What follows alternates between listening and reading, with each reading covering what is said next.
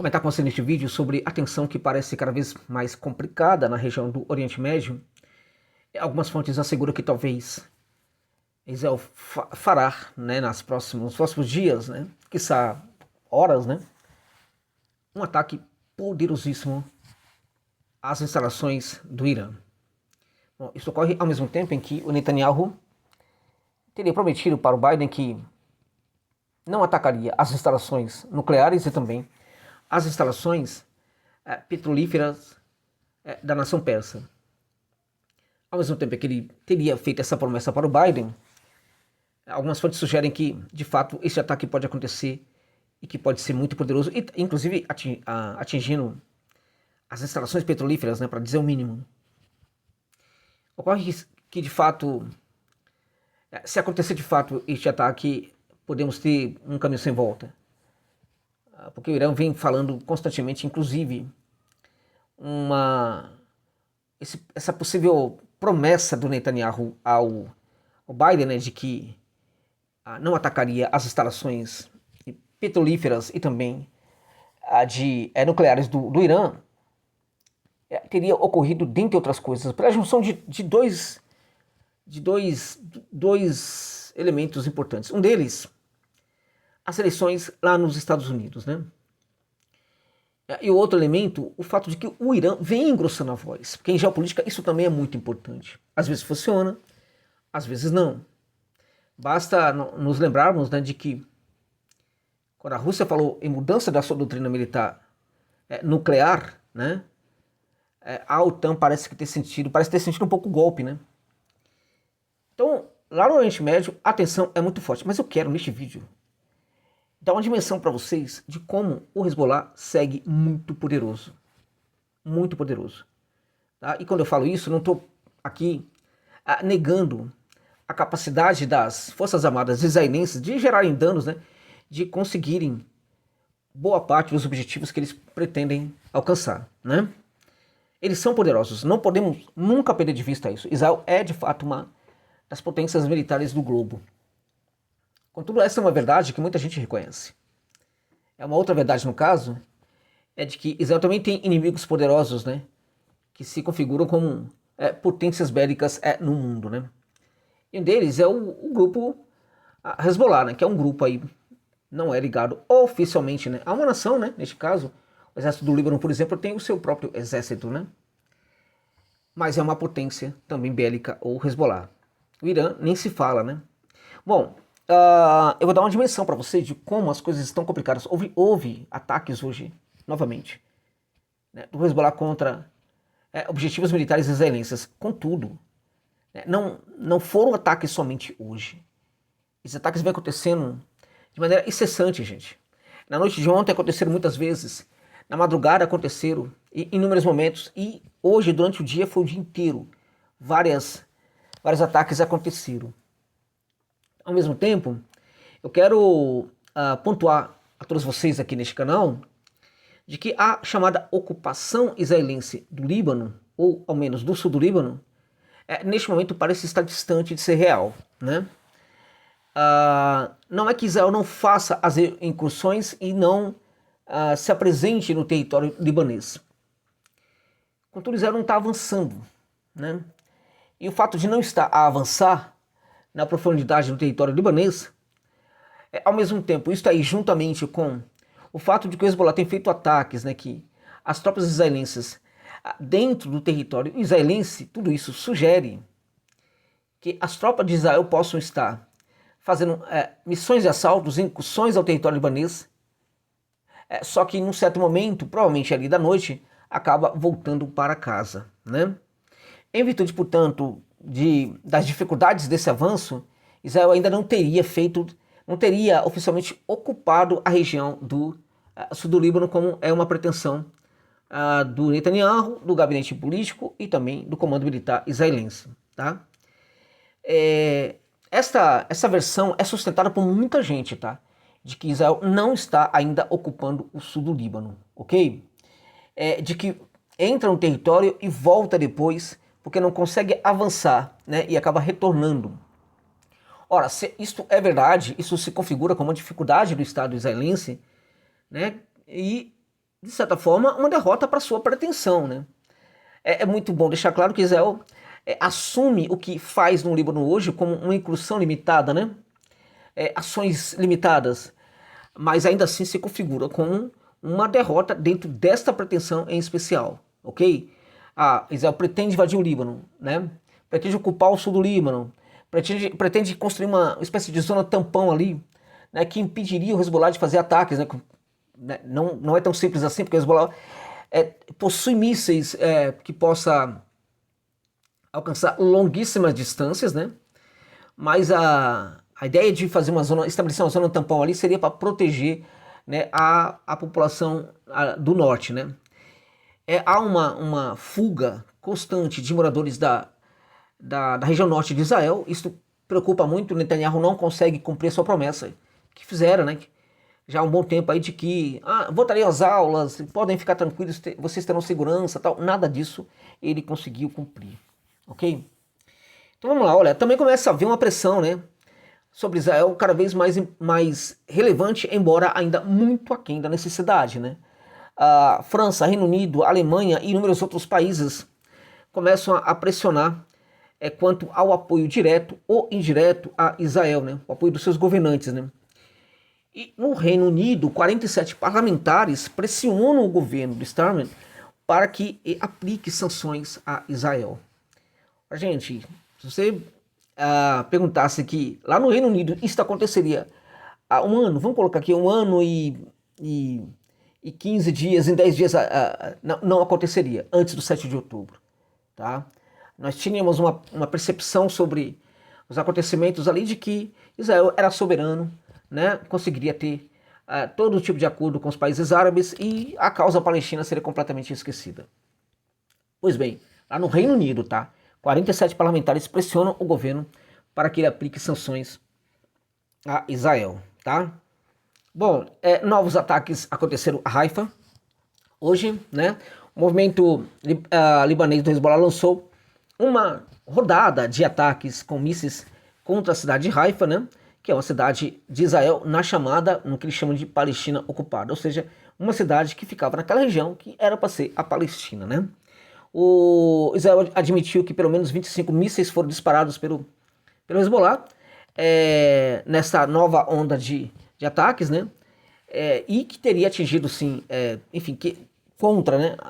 Teriam sido lançados contra Haifa e sobretudo o bairro de Kiryat, né? Vários desses mísseis teriam atingido seus alvos, tá? Na região de Kiryat Bialik, né? Bialik, né? Kiryat Bialik, que fica no leste de Haifa, na parte bem leste de Haifa, no caso, na parte oriental, né? Pra cá, né? Eu não sei como é que fica aí no celular, né? De vocês. Houve um comunicado também emitido pelo Hezbollah de que 14 horas e 20 minutos o ataque teria sido o mais poderoso. Ok, sim, teve ataque. Teve ataque do Hezbollah, vem acontecendo o tempo inteiro, também como de Israel, né? Israel também tem feito muitos ataques, tá? Os confrontos da frente sul, portanto, persistem com um grau de tensão que às vezes muda muito, né? Mas um grau de tensão bastante relevante, tá? A atmosfera é de pólvora, tá? A atmosfera cheira a pólvora naquela região ali do sul do Líbano e norte de Israel, tá? A tentativa de se filtrar, portanto, no território libanês vem gerando, sim, esses fracassos, porque a invasão acontece, mas as tropas acabam recuando depois, tá? Segundo muitas versões, e eu acredito nessas versões, tá? Bom, também houve ataques ali, no caso de Israel, ao Líbano, houve ataques também na Cisjordânia, teve civis, né? Tiveram civis, foram eliminados, né, na Cisjordânia, civis no caso palestino, tá? Mas também teve derrubada de drones importantes de Israel por parte do Hezbollah e, portanto, a tensão continua, tá? O Irã, neste momento, provavelmente estaria muito preocupado com esse encontro com a Rússia, preocupado no sentido de que, poxa, por que não acontece logo? Porque é muito provável, sim, que um acordo de parceria estratégica aconteça entre as duas nações, né? Se já estivesse em voga essa parceria, as coisas seriam muito mais interessantes para o Irã neste momento, né? O Irã ainda é um país muito isolado na sua luta contra Israel / Estados Unidos também, ok? Bom, agora eu vou falar para vocês aqui, eu vou fazer uma sequência aqui, gente, de dados, né, baseados no site Al-Madinin, né, libanês, mostrando para vocês aqui a quantidade de ataques que dá para você uma dimensão de como as coisas estão complicadas para o Estado, neste caso sionista de Israel. Deixando claro, Israel é uma coisa, né, sua população e tal, e o seu Estado sionista, né, é outra coisa, né? O Estado sionista de Israel coloniza o próprio Estado de Israel. Consegue entender? Enquanto o Estado de Israel for colonizado pelos sionistas israelenses, então teremos essa situação todas aí que vocês já sabem, tá? Bom, sobre os ataques, agora eu vou dar uma lista para vocês. Você vai ficar impressionado agora com o que eu vou fazer aqui neste vídeo aqui, né? Vou conseguir dimensionar para você, talvez como em poucos outros canais, em poucos outros vídeos, e aqui não estou subestimando os canais e os outros vídeos, longe disso, tá? Há canais que têm informado sobre essa guerra de uma maneira muito mais qualificada do que é o caso aqui, é o meu caso, né? Mas eu diria para você que a dimensão de como Israel tem dificuldades com Hezbollah em relação, por exemplo, a ações práticas do principal grupo da resistência libanesa, talvez em nenhum outro local você vai ter essa percepção como agora. Veja só, tá? Às 23 horas e 45 minutos, tá? De ontem, tá? Combatentes do Hezbollah atacaram formações de tropas israelenses em Al-Baghdad, uma saraivada de foguetes, tá? Às 0 horas e 30 minutos, tá? Combatentes do Hezbollah, das unidades de defesa aérea, abateram um drone de ocupação israelense, o Hermes 450. À 1 hora da manhã, né, combatentes do Hezbollah atacaram formações de tropas israelenses no local chamado Al-Marli, né, também com um enxame ali de foguetes, tá? Também à 1 hora da manhã, os combatentes da resistência libanesa atacaram forças israelenses na área de Al-Sidana e também Birket al-Nakar, tá? Nas fazendas que ficam nas fazendas Sheba, que são fazendas libanesas ocupadas por Israel. Também esse ataque foi feito a partir de foguetes, tá?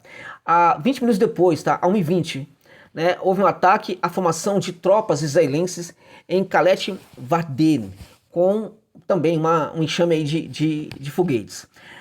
Um descansozinho, né? Esse ataque último foi a 1h20, às 4 horas e 30 da manhã. Os combatentes da resistência libanesa atacaram forças de ocupação israelense, que eles chamam de forças de ocupação israelense, mas neste caso, se está, né, presente e tal, força de ocupação mesmo. Essas tropas israelenses que estavam ali, novamente ali em Al-Mag, né?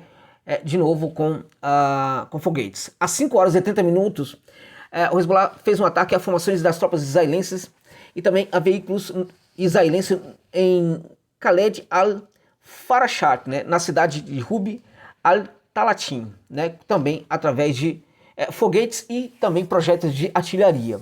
Às 6 horas da manhã, os combatentes do Hezbollah lançaram uma saraivada de foguetes contra o assentamento de Kiryat Shimona, tá, lá no norte de Israel.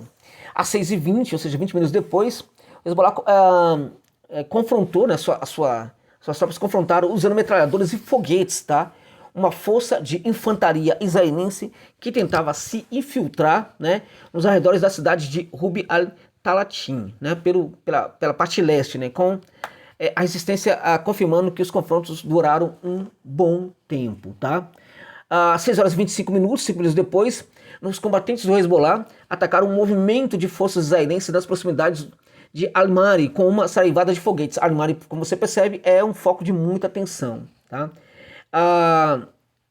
E aí, gente, a 1 hora e 30, né, no caso, né, combatentes do Hezbollah, neste caso agora já estou falando, por exemplo, aqui da tarde, né, combatentes do Hezbollah lançaram uma saraivada de foguetes contra o assentamento de Kiryat Shimona, né, já falei isso para vocês, né, não, foi outro ataque, né, que aconteceu a essa cidade ali no norte de Israel. 50 minutos depois, né, os combatentes do Hezbollah atacaram formações de tropas de ocupação israelense, né, novamente não, em Kalet Vardé, né, através de foguetes, né. Às 14h20, né, o Hezbollah fez um ataque também com foguetes contra a cidade de Haifa, tá. Às 14h20 foi um dos mais importantes dentre todos esses ataques, tá? Às 16 horas e 30 minutos, né, os combatentes do Hezbollah atacaram 3 escavadeiras de ocupação israelense, aí no caso podemos chamar de escavadeira de ocupação mesmo, né, escavadeiras, né? E também um tanque Merkava nos arredores de Ramia, né, com mísseis guiados, incendiando-os e matando e ferindo os seus tripulantes, tá? Às 17 horas e 30 minutos, né, as tropas do Hezbollah atacaram as formações israelenses perto de Ramia, né, com projéteis de artilharia. Às 18 horas, né, combatentes do Hezbollah atacaram um tanque Merkava que avançava em direção aos arredores de Ramia com um míssil teleguiado, incendiando e causando baixas nas tropas das IDFs, tá? No mesmo horário, às 18 horas, as tropas do Hezbollah, das unidades de defesa aérea, bateram o segundo drone israelense, Hermes 450. E ele foi visto queimando no espaço aéreo da chamada do que eles chamam de Palestina ocupada. 10 minutos depois, né, as tropas do Hezbollah lançaram uma saraivada de foguetes contra a cidade, né, de Safad, que está sendo muito atacada pelo Hezbollah, tá? Às 19 horas, né, combatentes do Hezbollah lançaram uma grande saraivada de foguetes contra a base de Naftali, que fica perto de Safad, tá? No mesmo horário, né, as tropas do Hezbollah atacaram a base de Saura com uma quantidade bastante significativa de foguetes, tá? Às 20 horas, né, atacaram novamente a base de Saura, né, novamente com foguetes, tá? Às 20 horas e 45 minutos, os combatentes do Hezbollah fizeram ataques às forças de ocupação israelense reunidas na proximidade de Aita al-Shaab, né, com uma quantidade também significativa de foguetes, tá? Enfim, gente, é impressionante a quantidade de ataques, tá? Eu tô falando aqui de ontem à noite, até hoje, até agora à noite, né? Parando aqui às 21 horas e 45 minutos do horário de lá, do Líbano, a quantidade de ataques do Hezbollah é impressionante, gente. Impressionante. Reparem que aconteceram ataques ao mesmo tempo em lugares diferentes, né? O que mostra a capacidade, inclusive, da resistência libanesa de se organizar e também de conhecimento do território, né? O que facilita, inclusive, a locomoção, tá? Lembrando que no dia de ontem o Israel foi bem sucedido, tá?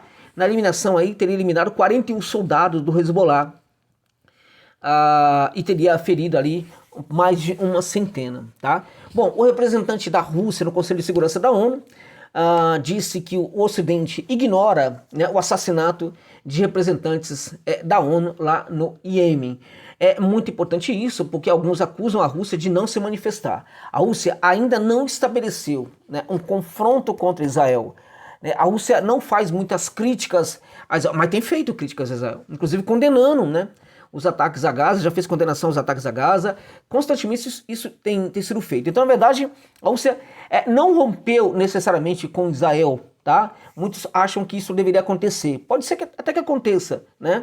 Mas não dá para não admitir que essas críticas estão acontecendo e também não dá para não admitir que a relação entre Rússia e Israel não teve mudança, ela mudou, tá? Não é a mesma, não tem o mesmo grau que tinha anteriormente.